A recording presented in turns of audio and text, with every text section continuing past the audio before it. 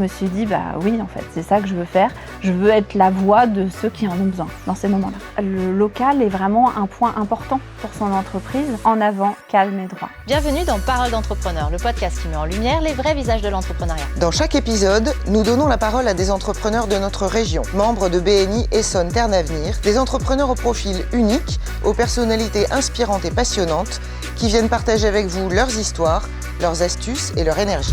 Bonjour et bienvenue dans ce nouvel épisode Parole d'entrepreneur. Aujourd'hui, nous sommes avec Virginie Selva-Foyer. Bonjour Virginie. Bonjour. Tu es avocate ? Oui. Alors, j'ai une petite question. Avocate, ça se dit ou est-ce qu'on dit pour tout le monde avocat ? Alors en fait, on fait le choix, lorsqu'on prête serment, d'inscrire sur son dossier d'inscription, est-ce qu'on va être appelé avocat ou avocate. Et moi, j'ai choisi avocate. Ah, donc on peut choisir. Il y a vraiment des femmes qui choisissent avocat ?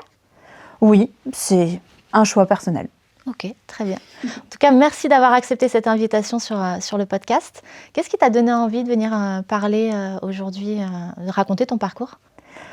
Je me suis posé pas mal de questions quand j'ai décidé de me lancer et je pense que j'aurais aimé avoir certaines réponses, être confortée sur certains points et si je peux aider quelques personnes qui sont sur le point de se lancer, pourquoi pas.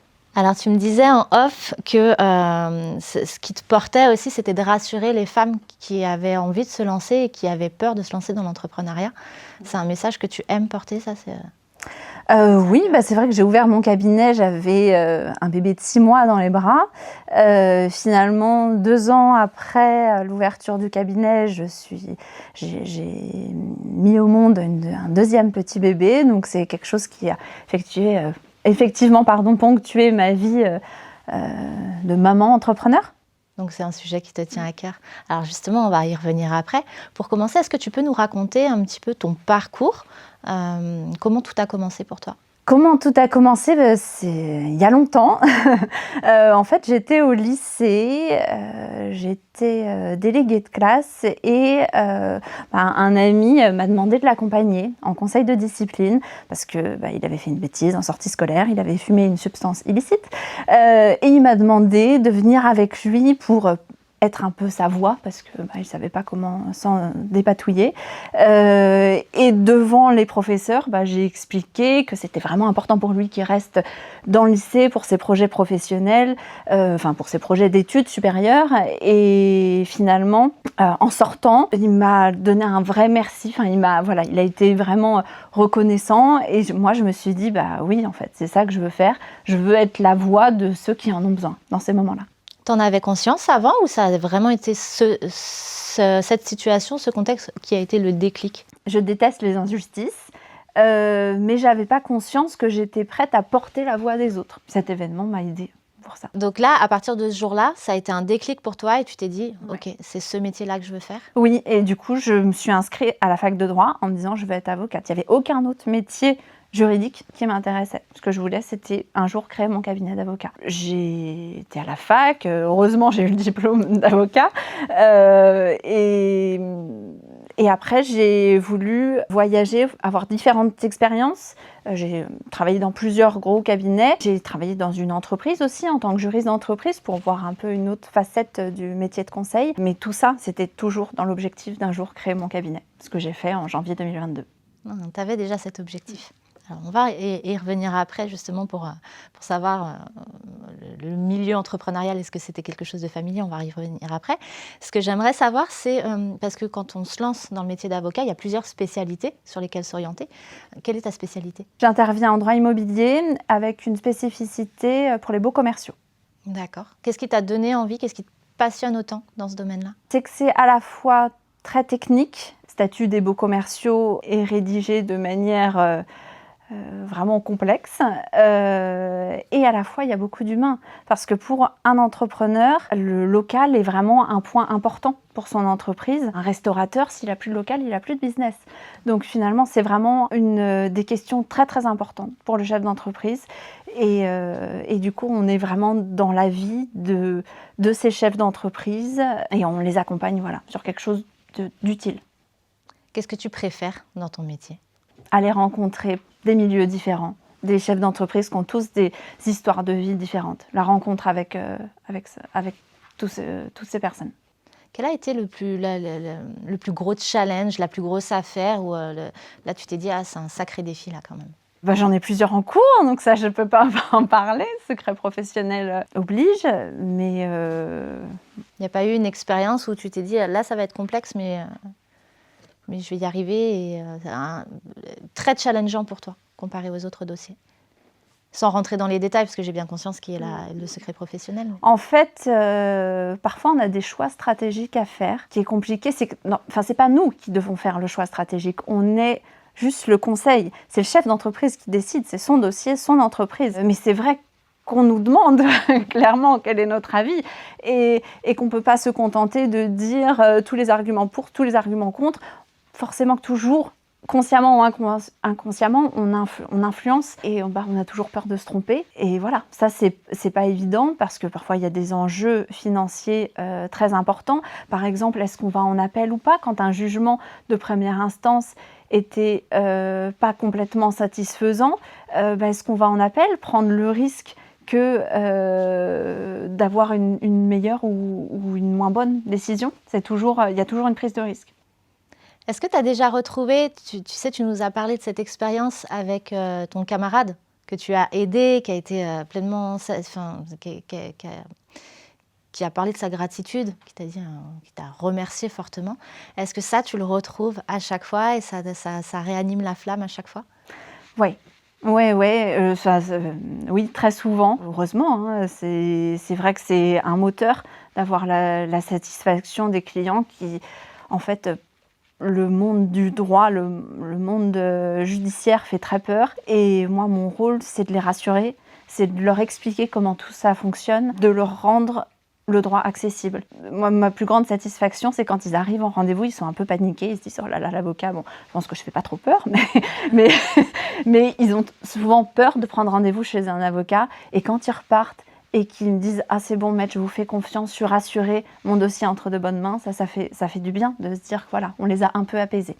Et puis on rentre le soir chez soi, hein, j'imagine, épanoui et satisfait de se dire voilà, je fais un métier qui aide. Alors oui, on rentre effectivement en se disant que notre métier est utile. Par contre, on rentre quand même avec beaucoup d'angoisse. On se pose toujours 1000 questions sur les dossiers, les choix stratégiques et on se réveille beaucoup la nuit pour réfléchir aux stratégies en cours.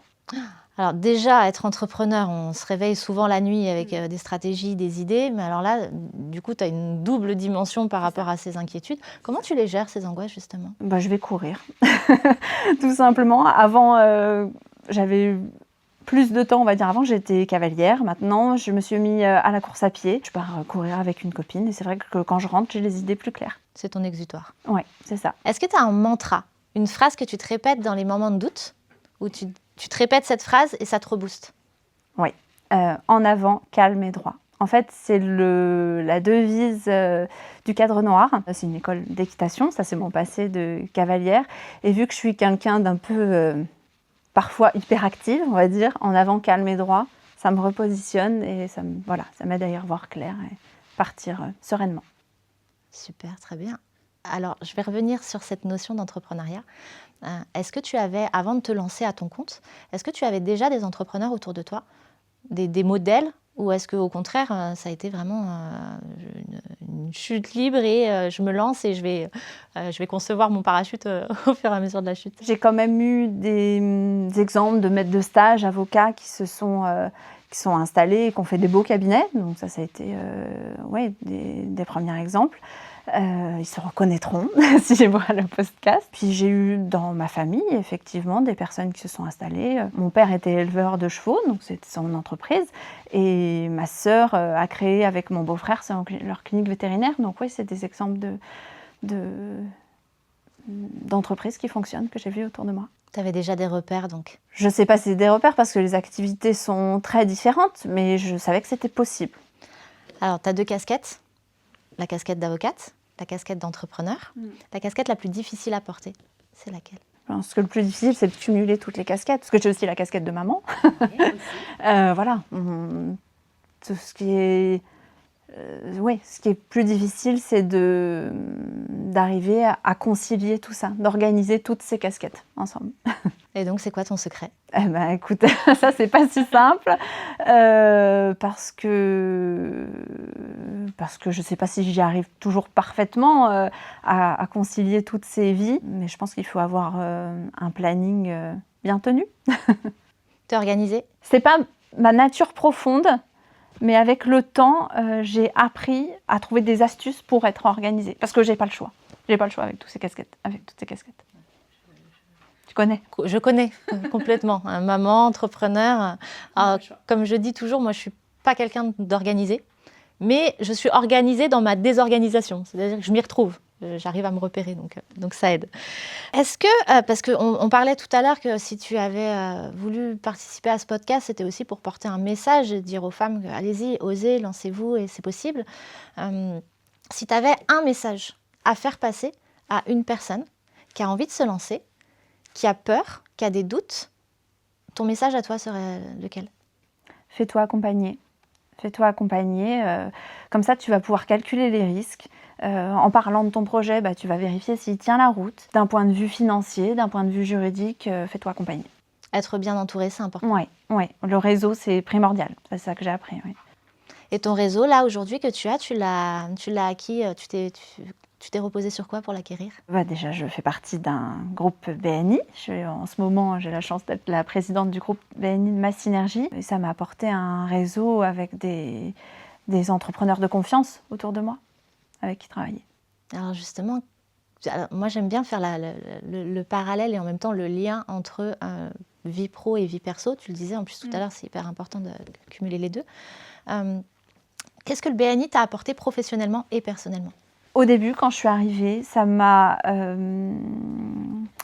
aidée à expliquer ce que je faisais de manière claire, sans le jargon juridique, d'expliquer clairement aux entrepreneurs ce que je fais et comment je peux les aider. Et maintenant, si je reste au BNI, c'est parce que je suis heureuse de faire partie d'une équipe qui avance ensemble avec des complémentarités et c'est beau ce qui se passe. Aujourd'hui, tu es la présidente de ton groupe.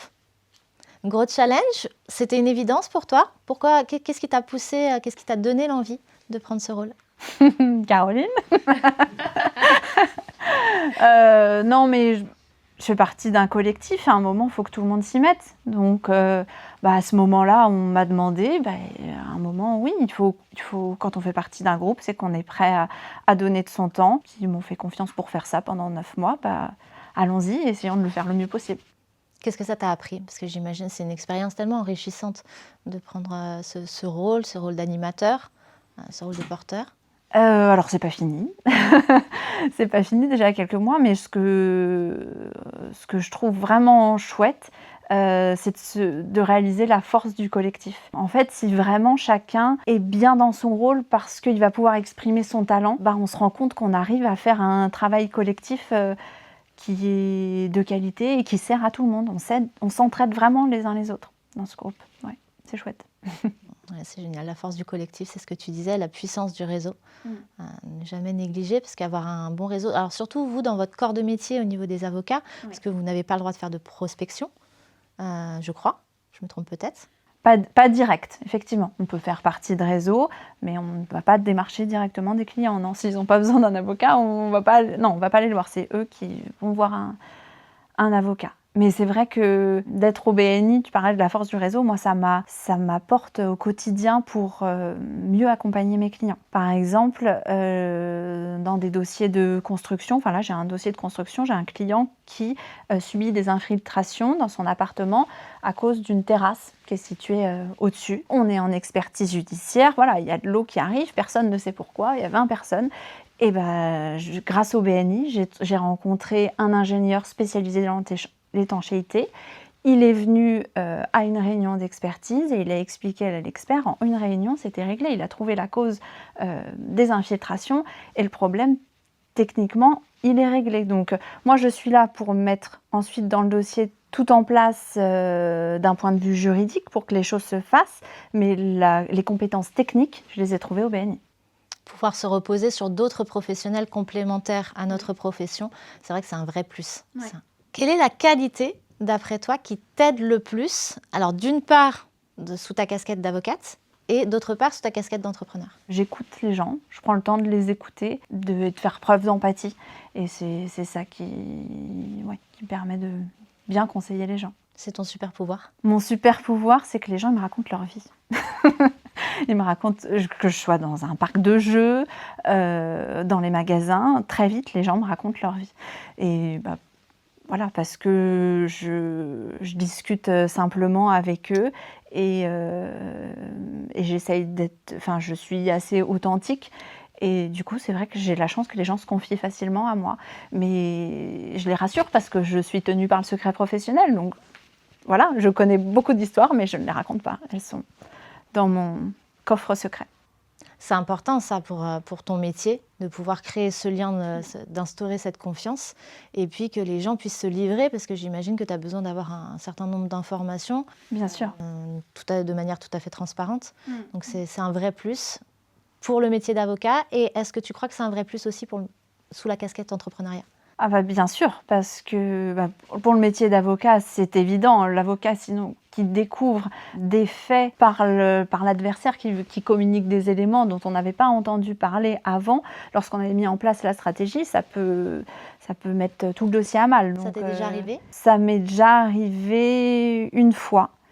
Oui, ça m'est déjà arrivé une fois. Et ça a été compliqué. Et pendant les rendez-vous, je sentais, je me disais, voilà, est-ce que vous me dites tout et finalement, les personnes, parce que c'était un couple, ont fini par me délivrer une information qu'ils ne m'avaient pas donnée dès le début. Heureusement que je l'ai su in extremis avant de lancer la procédure. Mais on était parti sur toute une stratégie et je sentais qu'il y avait quelque chose qui ne me disait pas. Heureusement qu'ils ont fini par le dire, parce que sinon, le dossier allait être planté. Parce qu'effectivement, quand j'ai échangé avec l'avocat en face, du coup, on a cherché à négocier différemment le dossier. C'est le premier argument que lui a soulevé. Et voilà, ça aurait mis à mal le dossier si je n'avais pas su attendre. Là où je suis curieuse, tu me dis si ça va trop loin, mais la notion, c'est... On se dit souvent... Moi, il y a une série que j'aime beaucoup, c'est Suite.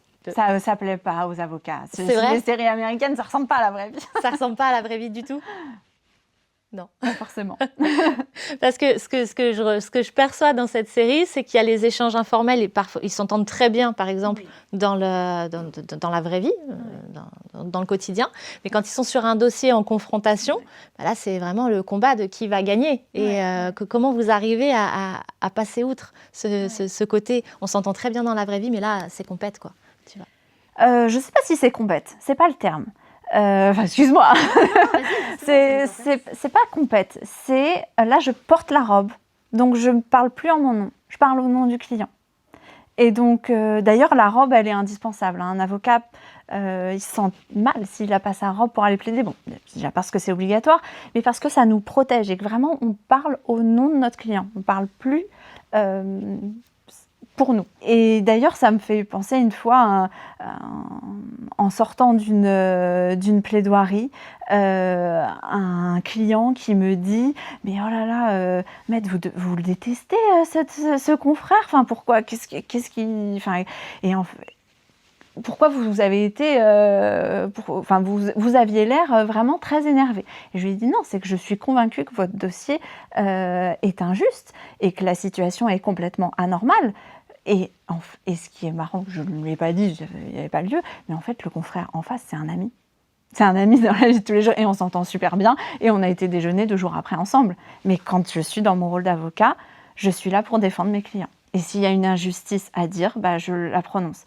Enfin, je la dénonce. Pardon. Ça, c'est quand on est au judiciaire. On se rend compte maintenant que le temps judiciaire est tellement long et les magistrats ont très peu de temps pour étudier les cas que souvent, un dossier qui se termine par du judiciaire, tout le monde est déçu. Même quand on gagne le dossier, souvent tout le monde est déçu parce que finalement, la solution qui est trouvée, d'un point de vue pratique par rapport au métier, c'est pas forcément la meilleure solution.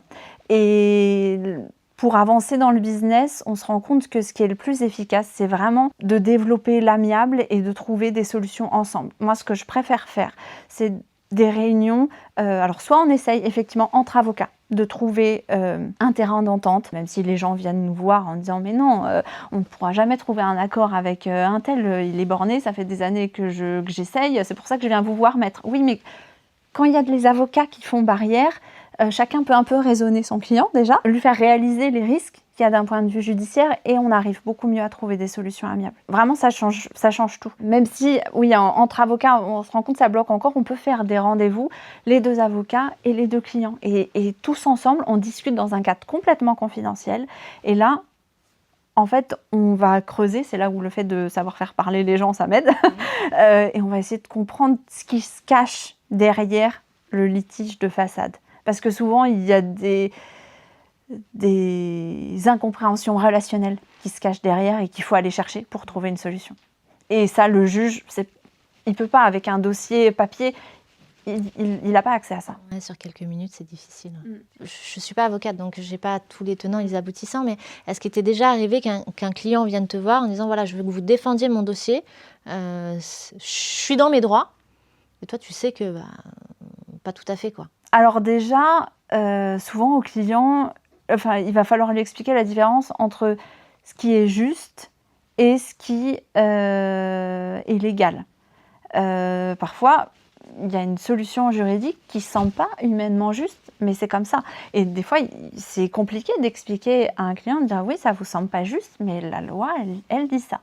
Et ouais, ça peut être délicat, mais c'est mon devoir de leur expliquer que ça sert à rien d'aller devant le juge, même si la situation est injuste, parce que le droit, a priori, après il peut y avoir toujours différentes interprétations, n'est pas de leur côté. Mais en fait, ça m'est jamais arrivé d'avoir un client qui a complètement tort ou complètement raison, selon sa première impression du dossier. En fait, on se rend compte que c'est jamais complètement noir ou blanc, qu'il y a des interprétations, que tout le monde a toujours une vision du dossier qui est différente, parce que avec nos opinions, nos passés, on ne voit pas les choses de la même manière. Il y a une question que j'aime beaucoup poser, donc c'est vrai que je la pose à chaque personne interviewée, c'est si tu pouvais si tu pouvais transmettre un message à ton toi enfant, qu'est-ce que tu lui dirais ? Vas-y, fonce, aie confiance, voilà, doute pas, parce que tu as les ressources en toi, donc ne doute pas, vas-y. Aujourd'hui, ton métier, tu es pleinement épanouie, tu es passionnée, ça se sent. Est-ce que tu as déjà imaginé faire autre chose ? Pendant le congé maternité, j'ai eu pas mal d'angoisse, parce que quand tu es avocat à ton compte, si tu n'es pas là pour traiter les dossiers, tu n'as pas les rentrées d'honoraires. Et alors que tu as toutes les charges qui continuent à courir. Donc je me suis posé la question à un moment de redevenir salariée, comme je l'ai été un temps, pour avoir un plus de sécurité, pour l'équilibre de vie professionnelle, vie personnelle. Et puis finalement, je trouve que c'est dans ce métier que je me sens le plus utile. C'est là où j'ai ma place. Je me sens vraiment à ma place. Depuis que j'ai créé le cabinet, ouais, je suis à ma place. Génial, j'aime beaucoup cette réponse. Là, l'épisode touche à sa fin. J'ai une dernière question. Qu'est-ce qu'on peut te souhaiter ? Quelle est la prochaine étape pour toi ? J'espère que tu ne la poses pas, parce que c'est top secret. Non, il y a une très grosse étape qui est en cours, qui est amorcée, mais c'est top secret pour le moment, donc suite au prochain épisode. Suspense, peut-être que d'ici le moment où l'épisode sera diffusé, peut-être que tu pourras nous en dire plus. Oui, on verra. Virginie, merci beaucoup d'avoir répondu présente pour cette interview. C'était un réel plaisir d'être avec toi. J'espère que tu as pris autant de plaisir que moi. Oui, c'était très agréable. Merci. Un petit mot de la fin ? En avant, calme et droit.